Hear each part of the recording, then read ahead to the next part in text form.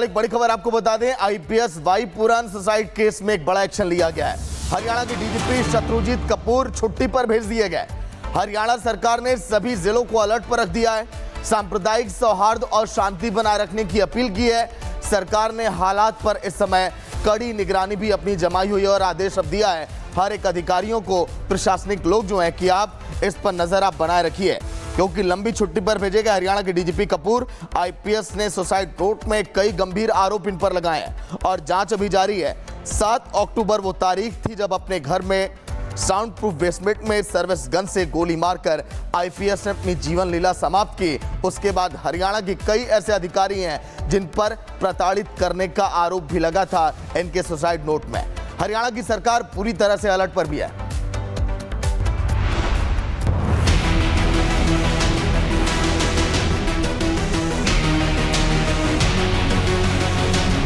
Senior IPS अफसर पूरन कुमार के suicide case में हरियाणा सरकार ने बड़ा एक्शन लिया है। सरकार ने राज्य के डीजीपी शत्रुजीत कपूर को उनके पद से हटा दिया था। आईपीएस वाई पूरन कुमार ने अपनी मौत का जिम्मेदार डीजीपी शत्रुजीत कपूर समेत कई अफसरों को बताया है। इसी मामले में आखिरकार हरियाणा सरकार ने डीजीपी पर कार्रवाई करते हुए उन्हें लंबी छुट्टी पर भेज दिया। सरकार ने कपूर को जांच पूरी होने तक फोर्स लीव पर भेज दिया था। इससे पहले इसी मामले में रोहतक के एसपी नरेंद्र बिजारिया को भी उनके पद से हटाया जा चुका है।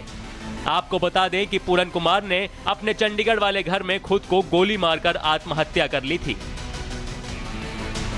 पूरन ने अपने आत्महत्या से पहले एक सुसाइड नोट लिखा था।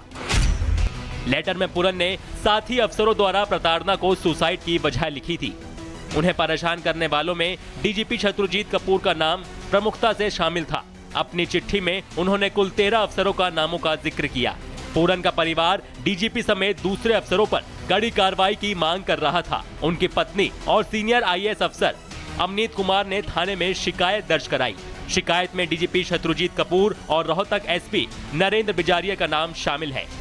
पीड़ित परिवार निष्पक्ष जांच और सभी आरोपियों के खिलाफ कड़ी कार्रवाई की मांग कर रहा है। परिवार ने कार्रवाई न होने तक पूरन कुमार के पार्थिव शरीर का पोस्टमार्टम और अंतिम संस्कार करने से इनकार कर दिया है। पूरन कुमार अनुसूचित जाति से आते थे। उन्होंने जाति के आधार पर भेदभाव का आरोप भी लगाया था, जिसके बाद हरियाणा की बीजेपी सरकार विपक्ष के निशाने पर आ गई। सरकार ने एक जांच टीम का गठन किया जो घटना की तफ्तीश कर रहा है। Bureau report, Republic Bharat.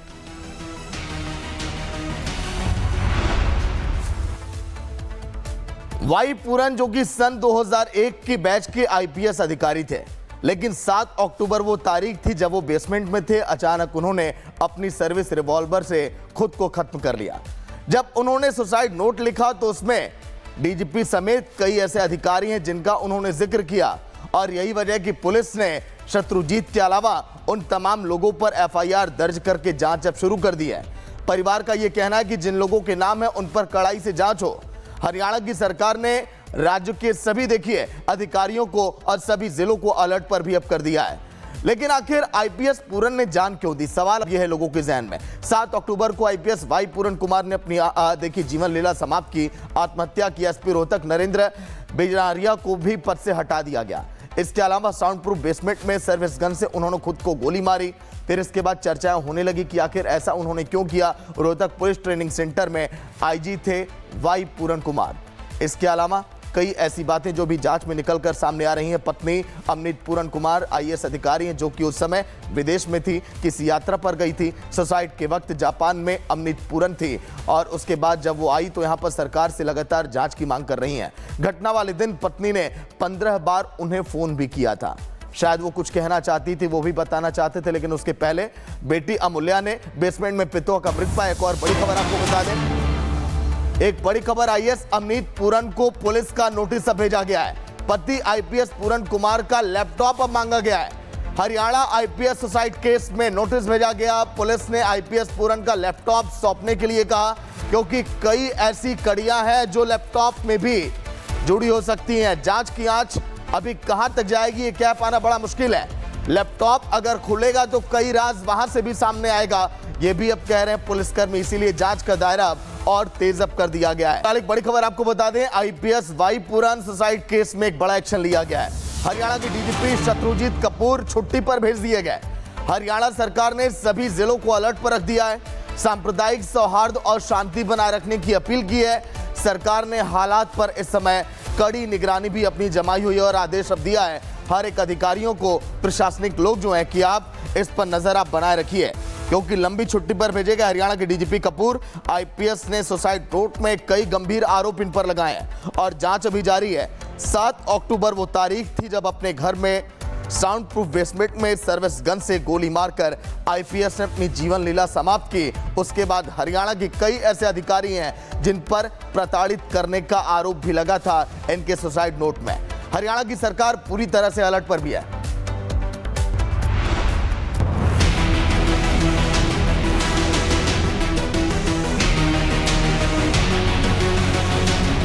Senior IPS अफसर पूरन कुमार के सुसाइड केस में हरियाणा सरकार ने बड़ा एक्शन लिया है। सरकार ने राज्य के डीजीपी शत्रुजीत कपूर को उनके पद से हटा दिया था। आईपीएस वाई पूरन कुमार ने अपनी मौत का जिम्मेदार डीजीपी शत्रुजीत कपूर समेत कई अफसरों को बताया है। इसी मामले में आखिरकार हरियाणा सरकार ने डीजीपी पर कार्रवाई करते हुए उन्हें लंबी छुट्टी पर भेज दिया। सरकार ने कपूर को जांच पूरी होने तक फोर्स लीव पर भेज दिया था। इससे पहले इसी मामले में रोहतक के एसपी नरेंद्र बिजारिया को भी उनके पद से हटाया जा चुका है। आपको बता दें कि पूरन कुमार ने अपने चंडीगढ़ वाले घर में खुद को गोली मारकर आत्महत्या कर ली थी। पूरन ने अपने आत्महत्या से पहले एक सुसाइड नोट लिखा था। लेटर में पूरन ने साथी अफसरों द्वारा प्रताड़ना को सुसाइड की वजह लिखी थी। उन्हें परेशान करने वालों में डीजीपी शत्रुजीत कपूर का नाम प्रमुखता से शामिल था। अपनी चिट्ठी में उन्होंने कुल 13 अफसरों का नामों का जिक्र किया। पूरन का परिवार डीजीपी समेत दूसरे अफसरों पर कड़ी कार्रवाई की मांग कर रहा था। उनकी पत्नी और सीनियर आईएएस अफसर अमनीत कुमार ने थाने में शिकायत दर्ज कराई। शिकायत में डीजीपी शत्रुजीत कपूर और रोहतक एसपी नरेंद्र बिजारिया का नाम शामिल है। पीड़ित परिवार निष्पक्ष जांच और सभी आरोपियों के खिलाफ कड़ी कार्रवाई की मांग कर रहा है। परिवार ने कार्रवाई न होने तक पूरन कुमार के पार्थिव शरीर का पोस्टमार्टम और अंतिम संस्कार करने से इनकार कर दिया है। पूरन कुमार अनुसूचित जाति से आते थे। उन्होंने जाति के आधार पर भेदभाव का आरोप भी लगाया था, जिसके बाद हरियाणा की बीजेपी सरकार विपक्ष के निशाने पर आ गई। सरकार ने एक जांच टीम का गठन किया जो घटना की तफ्तीश कर रहा है। Bureau report, Republic Bharat.